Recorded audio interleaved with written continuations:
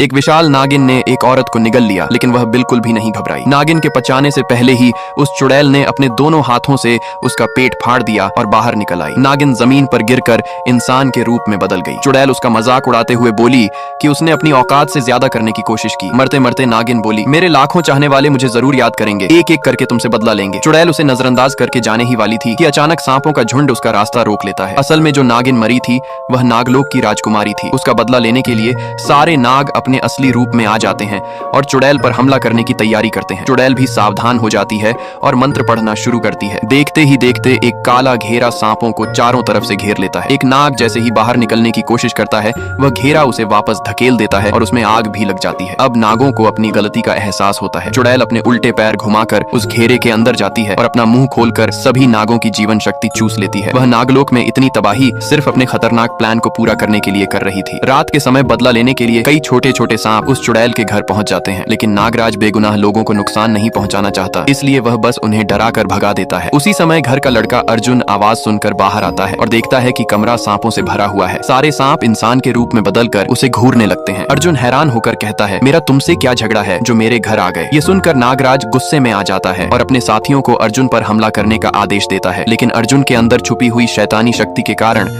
वह उन सबको आसानी से हरा देता है। घर वाले भी बिजली के डंडों से सांपों को काबू में कर लेते हैं। तभी एक बड़ा सांप आकर अर्जुन को कसकर जकड़ लेता है। वह हिल भी नहीं पाता। उसी वक्त उसकी पत्नी पूजा चाकू लेकर आती है और उसे छुड़ा देती है, लेकिन तभी नागराज बिजली का डंडा उठाकर अर्जुन को बेहोश कर देता है और पूछता है, तुम्हारे परिवार ने हमारे नागों को क्यों मारा। अर्जुन को कुछ भी समझ नहीं आता। उधर इसी मौके का फायदा उठाकर चुड़ैल चुपके से वहां आ जाती है। उसका असली मकसद अर्जुन की बेटी गुड़िया को पाना था। वह जानती थी कि अगर वह उसकी शक्ति को हासिल कर लेगी तो और भी ताकतवर बन जाएगी। दादी उसे रोकने की कोशिश करती है, लेकिन चुड़ैल उसे दूर फेंक देती है और गुड़िया को उठाकर वहां से गायब हो जाती है। काफी मुश्किलों के बाद उसने अपना मकसद पूरा कर लिया था और वह